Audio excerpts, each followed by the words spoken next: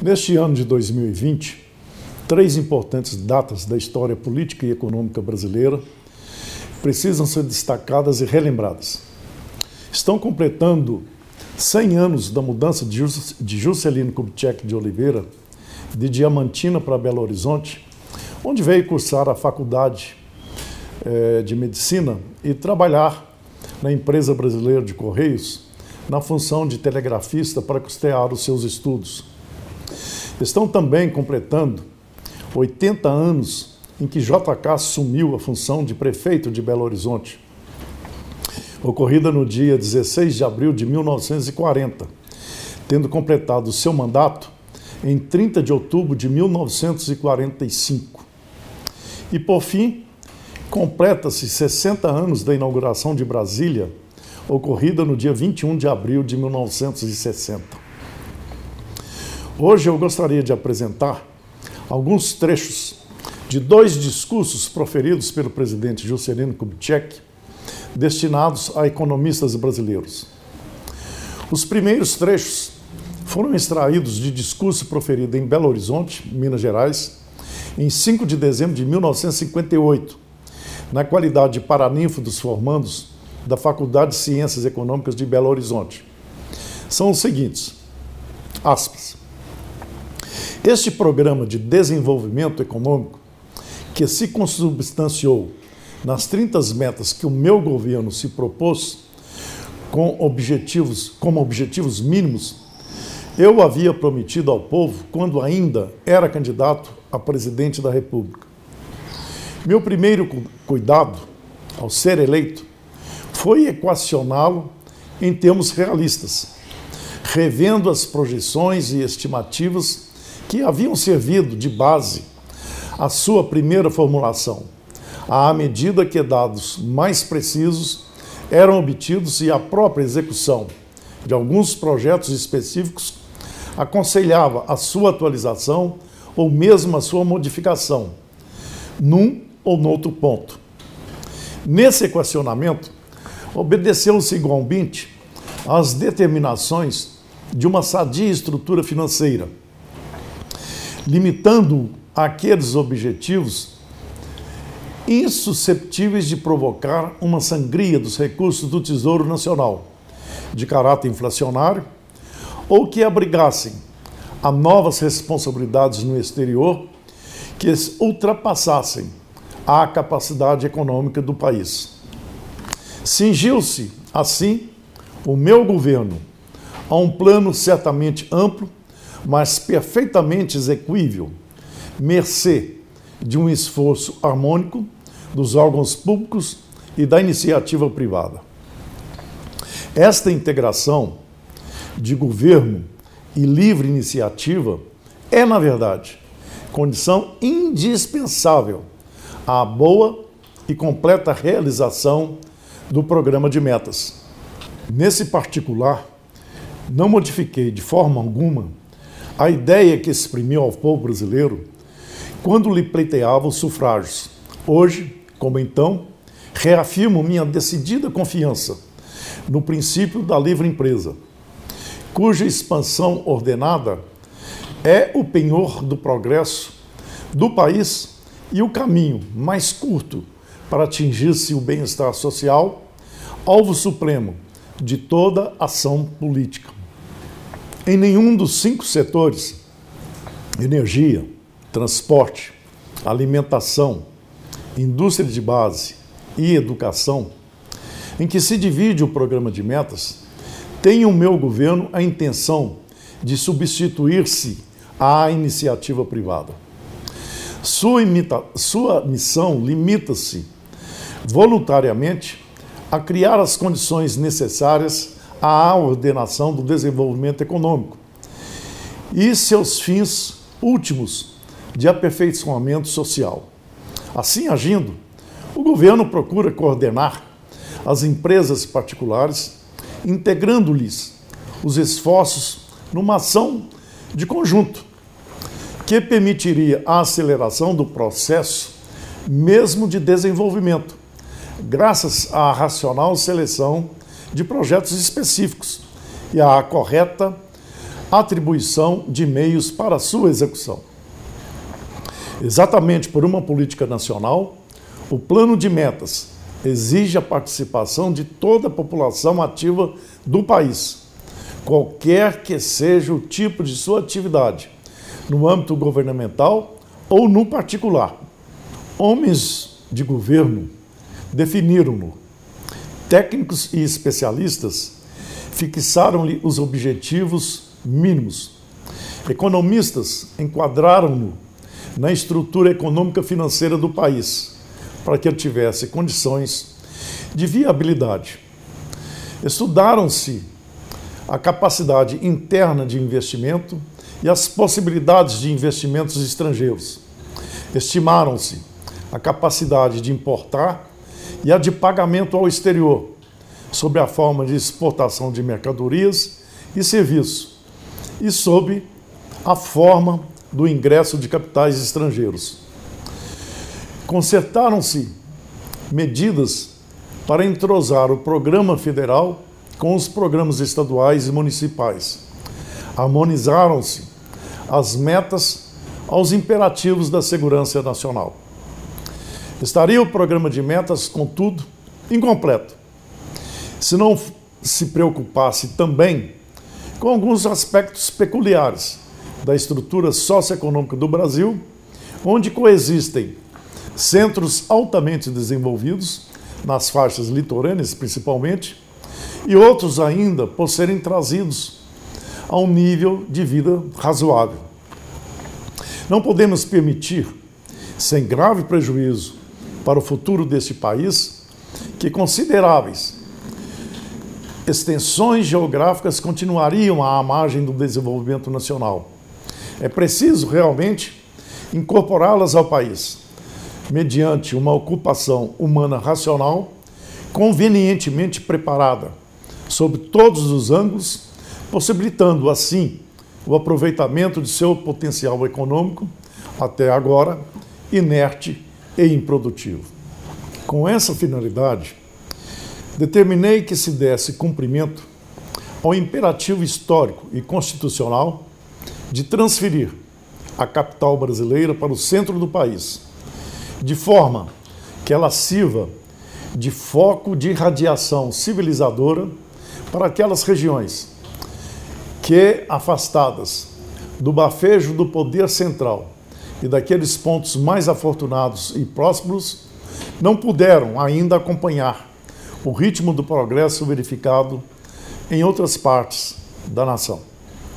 A construção de Brasília não é, portanto, um sonho de visionário ou a satisfação da vaidade tola de um governante que desejasse simplesmente ligar seu nome ao de uma empreitada gigantesca, mas fantasiosa. Não. Brasília completa as metas.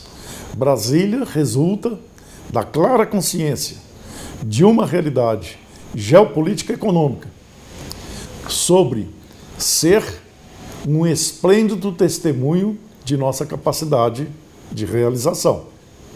Não creio ser hoje possível a ação política que não levar em linha de conta os fatos econômicos e seus reflexos em todos os outros campos. Nenhuma estrutura social prevalecerá se não estiver esteada numa sólida análise dos fatores econômicos existentes, assim como nenhum governo fará obra duradoura se continuar as regras ultrapassadas do laissez-faire, reservando-se para os problemas políticos na acepção que dava sua expressão à arte de governar tradicional. Cada dia mais premente se faz necessária a vossa voz, economistas, nas decisões governamentais. E os dirigentes que não a escutarem estarão traindo a sua missão. A ciência econômica há muito deixou de ser uma disciplina esotérica, própria apenas para os debates teóricos, travado por uns quantos iniciados nos mistérios de um jargão abstruso, para tornar-se tão imprescindível na sociedade moderna quanto qualquer uma das outras ciências sociais. Já vão longe. Felizmente, os tempos em que, por economistas, se entendia um manipulador de cifras estatísticas, enredadas na malha estreita de uma dialética deslumbrante, porém infrutífera. Hoje, o economista está perfeitamente integrado na vida social, com funções definidas, prestando seus serviços como qualquer outro profissional. Vosso primeiro dever é preservar a conquista realizada por vossos antecessores, ao despir a economia daquele caráter exótico para vesti-la da roupagem de uma ciência social fundada, acima de tudo, em valores humanos.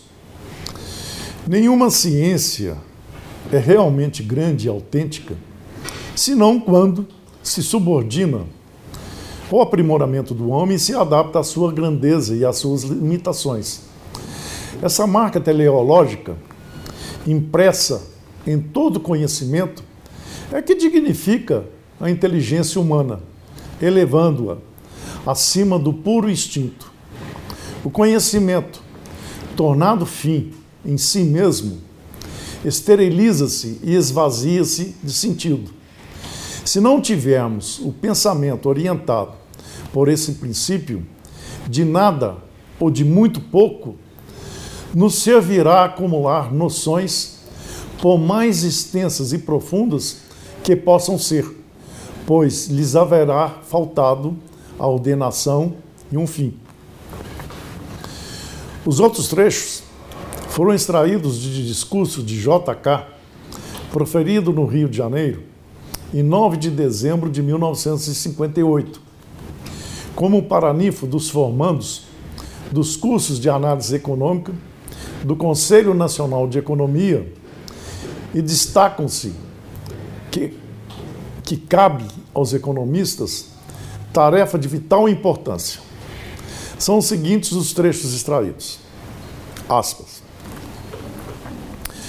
A crescente complexidade dos problemas econômicos brasileiros vem, cada vez mais, exigindo a participação dos economistas, quer em organizações privadas, quer nas de natureza governamental.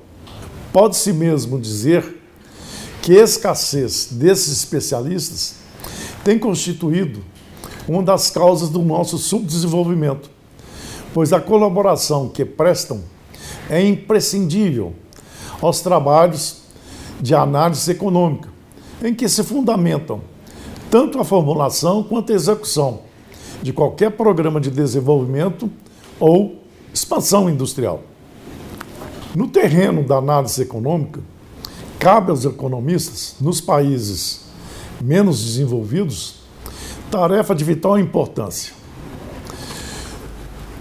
Só ele fornece os instrumentos básicos para a formulação de uma política econômica. Sem adequado fundamento teórico, não se podem estabelecer políticas eficazes. Ora, não seria exagero afirmar que, no tocante aos países pouco desenvolvidos, essa base teórica apenas começa a elaborar-se.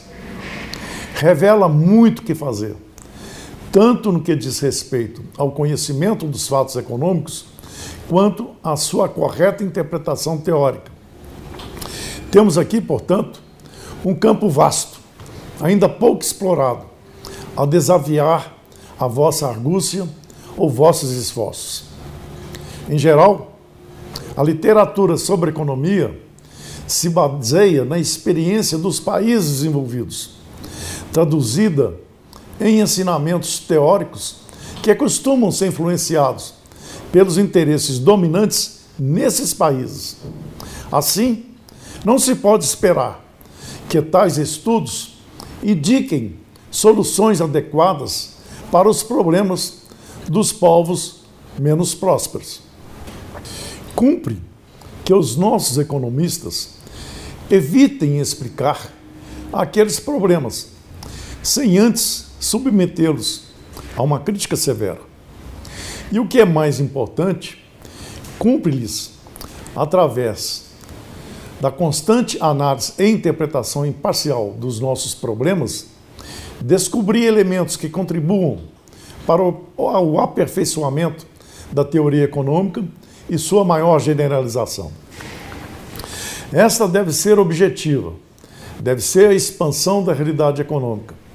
Sempre que se distanciar dessa realidade, como ocorre em vários de seus aspectos, com os fatos econômicos da América Latina, esta teoria deveria ser revista e aceita com as necessárias ressalvas. Não menos relevante é o papel do economista de países subdesenvolvidos no terreno da política econômica. É fato comprovado que, por força das circunstâncias históricas, países como o Brasil já não terão oportunidades para atingir um desenvolvimento econômico rápido e espontâneo nos moldes que ocorreu nos Estados Unidos. A aceleração do processo econômico nas economias pouco desenvolvidas requer a intervenção do Estado, mediante o estabelecimento de uma política de programação com vistas a assegurar a mais eficaz utilização dos recursos disponíveis. A elaboração de um plano de desenvolvimento econômico é, no entanto, tarefa sobremodo complexa, que requer os serviços de economista profissional, em todas suas fases. É preciso não esquecer que o problema fundamental do Brasil e dos demais países insuficientemente desenvolvidos não consiste em apenas elevar o ritmo de crescimento. O que cumpre é estabelecer uma taxa mínima de crescimento a ser observada em determinado período. Assim, poderemos atingir um nível de renda per capita que permita o início de um processo cumulativo e autônomo do crescimento, com recursos do próprio país, e diminuir a distância que o separa das grandes potências econômicas em termos de renda per capita. As nações da América Latina ainda não alcançaram esse estágio, e a presente conjuntura econômica e institucional do mundo indica para a América Latina, no seu conjunto, perspectivas extremamente limitadas. Estes trechos foram extraídos da coletânea de 3 volumes da obra intitulada Juscelino Kubitschek, Profeta do Desenvolvimento, Exemplos e Lições ao Brasil do século XXI, de minha autoria e lançados para o mercado comum.